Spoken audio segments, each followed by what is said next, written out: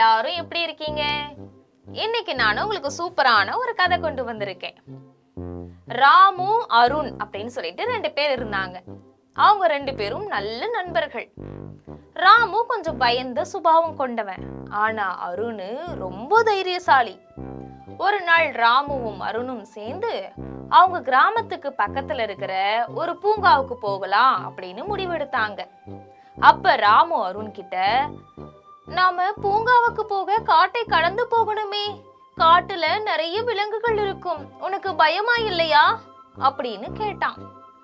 அதுக்கு அருண், ஏ ராமு, நீ பயப்படாத, நான் தான் கூட இருக்கனே, ஒன்னும் ஆகாது, காட்டுல இருக்க எல்லா விலங்குகளும் என்னோட நண்பர்கள் தான், தைரியமா என் கூட வா அப்படின்னு சொன்னான். கொஞ்ச நேரத்துக்கெல்லாம் அவங்க 2 பேரும் காட்டு அடைஞ்சாங்க. அந்த காட்டுக்குள்ள வர்றதுக்கு ராமுக்கு ரொம்ப பயமா இருந்துச்சு. காடு இருண்டு போயிருந்ததால அங்க வரக்கூடிய சத்தம் ராமுவ பயமுறுத்துச்சு. ஆனா அருண் பாட்டு பாடியும் கதை பேசிட்டும் ராமுவுக்கு பயம் தெரியாத மாதிரி சிரிக்க வச்சுட்டே போனான்.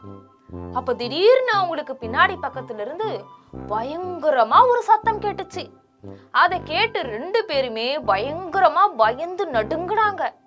அப்போ அது என்ன சத்தம் அப்படின்னு ராமு கேட்டான். அதுக்கு அருண், அது கரடி அப்படின்னு சொன்னான். அப்படி சொல்லிட்டு இருக்கும் போதே பக்கத்துல இருந்த ஒரு மரத்தை உத்து பார்த்த அருண் அந்த மரத்தை நோக்கி வேகமா ஓடனான். கரடி கிட்ட இருந்து தப்பிக்கிறதுக்காக அந்த மரத்தை பிடிச்சி அதுக்கு மேல ஏற ஆரம்பிச்சுட்டான். ராமுக்கு என்ன பண்றதுன்னே தெரியாம யோசிச்சுட்டு இருந்தப்போ திடீர்னு ஒரு யோசனை வந்துச்சு. உடனே கீழே படுத்துக்கிட்டு மூச்சை இழுத்து பிடிச்சுக்கிட்டான். அப்போ அங்க வந்த கரடி பக்கத்துல வந்து அவனை மோந்து பார்த்துச்சு. ராமுவுக்கு மூச்சு இல்லாததை பார்த்து கரடி அவனை எதுவுமே பண்ணாம விட்டுட்டு போயிருச்சு. அப்புறம் அருண் மெதுவா இறங்கி ராமு கிட்ட போனான். உன் காதுல அந்த கரடி கிசு கிசுன்னு ஏதோ ரகசியம் சொல்லுச்சே, என்ன சொல்லுச்சு அப்படின்னு கேட்டான். அதுக்கு ராமு, அதுவா சுயநலம் பிடித்த நண்பர்கள் கிட்ட இருந்து ஒதுங்கி இருக்க சொல்லி எச்சரிக்கை பண்ணுச்சு அப்படின்னு சொன்னான்.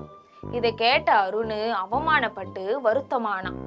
அப்போ ராமு சொன்னா, நீ என்னோட சிறந்த நண்பன், அதனால இந்த ஒரு தடவை மட்டும் நான் உன்னை மன்னிக்கிறேன், ஆனா இதே தப்ப நீ மறுபடியும் பண்ணக்கூடாது அப்படின்னு சொன்னான்.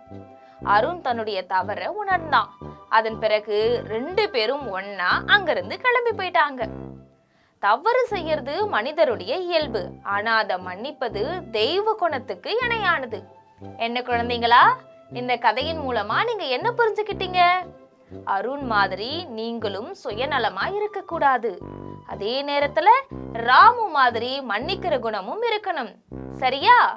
மறுபடியும் வேற ஒரு கதையில உங்களை வந்து சந்திக்கிறேன். டாடா.